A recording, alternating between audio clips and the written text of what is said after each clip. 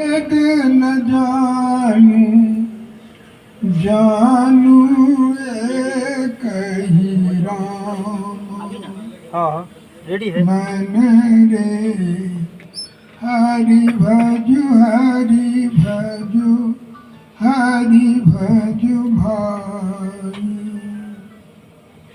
राजा अम्बरीख के कारण चक्र सुदर्शन जारे। कबीर के स्वामी ऐसो ठाकुर भगत के शरण उबारे।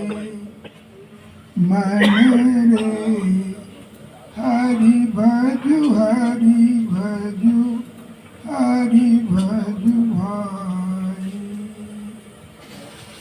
परम पूज्य प्रातः स्मरणीय सदगुरुदेव जी, सत्संग में उपस्थित धर्मानुरागी सत्संग प्रेमियों, भाइयों बहनों,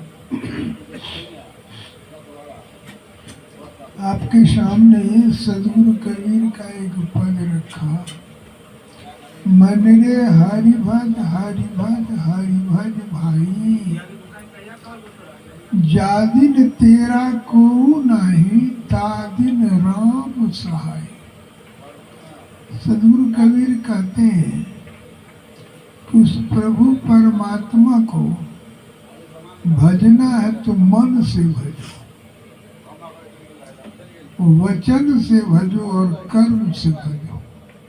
तीनों जब हमारा एक हो जाता है, मन वचन और कर्म, तो वह पुकार प्रभु परमात्मा को सुनने में देर नहीं लगती है। लेकिन ये तीनों तीन जगह हो, मन कहीं हो, वचन से हम बोलते कुछ हो और कर्म कुछ करते हो, तो उस प्रभु परमात्मा की पुकार आपके द्वारा जो होती है वो प्रभु परमात्मा तक पहुंचती नहीं है। कबीर साहब के समय की एक बात है कि एक बार एक व्यक्ति कबीर साहब के दरबार में आके आश्रम के द्वार पर खड़ा होके जोर जोर से पुकारना शुरू किया, ओ कबीर बाबा, ओ कबीर बाबा, ओ कबीर बाबा। जब कोई आवाज नहीं आई तो फूट फूट के रोने लगा।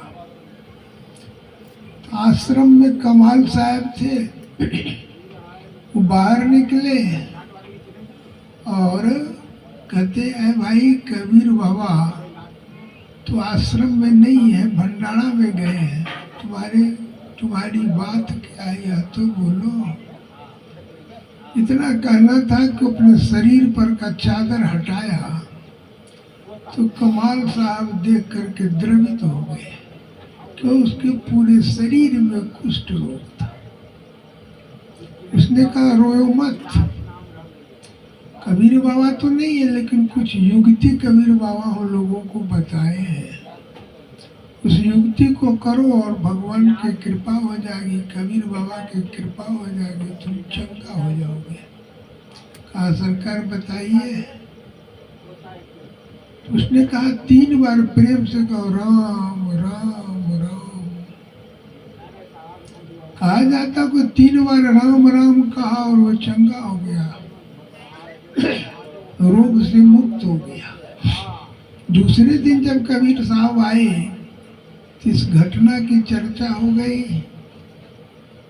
तो कबीर साहब ने कहा कमाल, तुमको उस प्रभु परमात्मा पर विश्वास नहीं है? कहा सरकार विश्वास था तभी तो कहा 3 बार राम राम को। कहा 1 बार केवल राम कह देता तो वह चंगा नहीं होता, उसकी बीमारी छूट नहीं जाती, तो तुम उसे 3 बार कहलाया। लेकिन जब कबीर साहब को अपने कहना पड़ा तो कहते हैं राम भनी राम चिंता मनी, कि वह प्रभु परमात्मा चिंतामणि है। लेकिन आपकी चिंता तब दूर होती है जब आप मन से, वचन से और कर्म से उस प्रभु परमात्मा का नाम लेते हैं। कहते हैं जादिन तेरा को नहीं, तादिन राम सहाय। जिस दिन आपका कोई सहायक नहीं होता, सब आपके निकट हाथ उठा देते हैं, कोई आपके मदद के लिए अग्रसर नहीं होता है, उस दिन प्रभु परमात्मा को आने में देर नहीं लगता है।